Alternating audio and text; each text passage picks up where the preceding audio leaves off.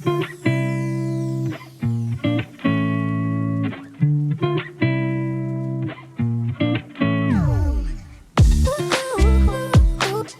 Acebeam E70 has recently been updated with a High-CRI emitter and a tweaked driver to match. A couple major compromises are made as a result, so is it really an improvement? Let's start with what is the same here. The E70 has a dual tube design that looks great and is very durable. The boost driver is very efficient and has excellent long run times with stable outputs, and the shallow textured reflector and large emitter provide a really wide floody beam. The rear E-switch requires a double press to turn on and a press and hold to cycle through the modes, which I find to be easy to use and very effective at preventing unintentional activations, a valuable feature in such a powerful flashlight. The light is a bit too big for EDC in my opinion, but has an all-around very good design. Perhaps the worst aspect of the E70 is the rechargeable 21700, which includes a USB-C port and can be used as a power bank. It's a fine cell, but Acebeam charges a rather high $20 to include it. While doing this review, I had one of these cells malfunction on me, and it will no longer charge when plugged in. Acebeam did send me a replacement, but that really sucks considering how expensive the battery is. It wouldn't be much of an issue, but this light won't work properly with shorter 21700 cells, as they will cut connection when the light is shaken or jostled. That's not new here, however, and again, this light is physically identical to the standard version. So then, what has changed that makes this version so much better than the previous edition? The older E70 uses a powerful Cree XHP70.2, an extremely bright LED running at 6 volts. In this High-CRI version, Acebeam has changed it out for the beautiful GT-FC40, which provides a neutral white beam and great color rendering. This LED runs at 12 volts, so the driver's boost voltage has been tweaked to match. This is a very uncommon LED, which has only recently entered the flashlight world, and it's really great to see Acebeam going through the trouble to adopt it.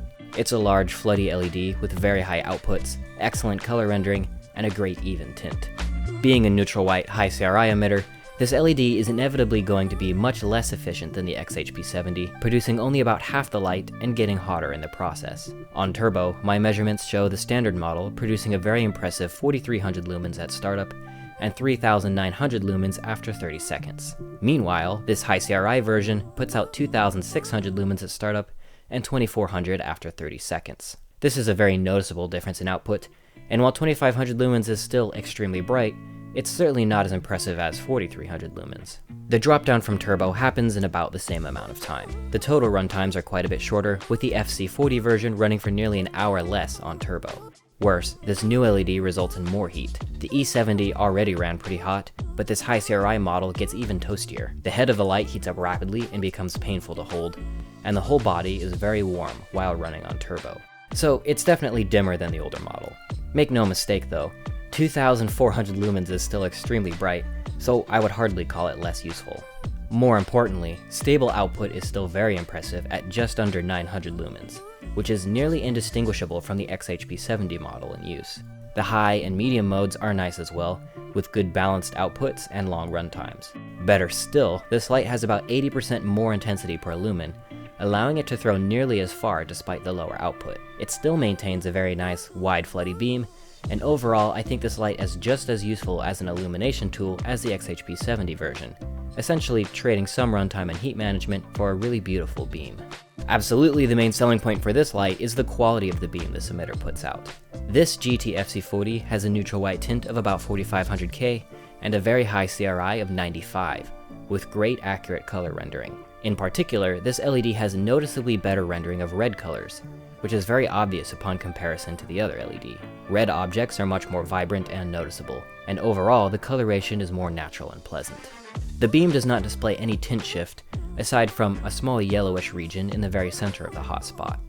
This is minor and unnoticeable in usage, and the beam as a whole is very smooth and free of artifacts. There has been much talk of how wonderfully neutral this LED is, and other reviewers report a very nice, pure white beam. Unfortunately, this has not quite been my experience. The emitter in my light is noticeably greenish, with a surprisingly strong tint, making it even greener than any of the SST20s in my collection. It's not the end of the world, it's not crazy, but nonetheless it's somewhat disappointing. Even if it is greenish, the lack of tint shift is still very nice, and personally I'm really not so bothered by green LEDs anyway, so it's not a huge concern for me. What this does show, however, is that there is certainly a tint lottery going on here. Whether that is because of Acebeam's selection or just the way these LEDs are binned, I don't know, but one way or another, it is clear they're not super consistent. Overall, this puts it in a weird place for me, as the color rendering is visibly better than the XHP70, the beam in general is much better, and better than most other flashlights for that matter. It's just really nice. However, it's not as good as I know it could be. I really like it, but not as much as I wanted to like it. There is, unfortunately, another disadvantage that really hurts this new version in my opinion. Compared to the standard model, not only are the highest modes lower, but the lowest modes are higher. In particular, the moonlight mode on the XHP70 light is below 1 lumen, while on the FC40 it's nearly 4 lumens, which certainly does not qualify as a moonlight level in my opinion. This really is a shame. Yes, 4 lumens is pretty useful, but it's hardly the awesome ultra low that I liked so much on the standard model, and I'm really disappointed to see such a bright minimum here. So then, how does this newer E70 fare compared to its lower CRI brother? Is it actually better? Well, honestly, I have mixed feelings and no definitive answer. I want to say that yes, it really is better, but there are a few issues that hold it back for me. For one, the green tint on my light just isn't ideal. It's not bad, but it could be better, and that's kind of a problem on a light this expensive, especially when it's already taking a hit to performance. Sure, the beam looks great after my eyes adjust, but it compares poorly to something like a Nichia 219B. This sucks because I know it can be better, and anybody buying this light can't have a ton of confidence that their unit will have the same great tint as others. That being said, the beam profile is excellent, and in spite of the greenness, I still much prefer this over the XHP70 light.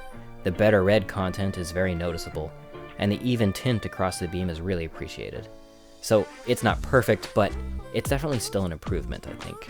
Again, this is all coming at the expense of some performance. It's dimmer, it doesn't last as long, and it gets hotter, which really does matter for a lot of use cases. Finally, the lack of a proper moonlight mode really hurts the newer model, and that alone is a major sticking point for me that prevents me from truly loving this flashlight. So ultimately, I think this will come down entirely to personal preference. If you prefer the high output and performance of the XHP70, get that light, as it really is functionally superior. If you prioritize good coloration, then the FC40 light is a marked improvement, and still performs very well. I really do like both of them, but between the two, I prefer to use the High-CRI model, and I still find it to be a very useful and capable flashlight. In general, the Acebeam E70 is a light that I can happily recommend. Alright, well, that is all for this video. I just wanted to clarify real quick. I did not receive this light for free from Acebeam. I did pay for it, but they offered me a reviewer discount, so just bear that in mind. All of the test results and opinions here are my own, but you can assume I'm biased if you want. I had considered making this a more detailed low CRI versus high CRI type of video, but I have neither the equipment or the knowledge to truly go for something like that, so I figured it would be better to just do a review of this light. So please let me know if you enjoyed it and if you found this video helpful, and I'll see you in the next one.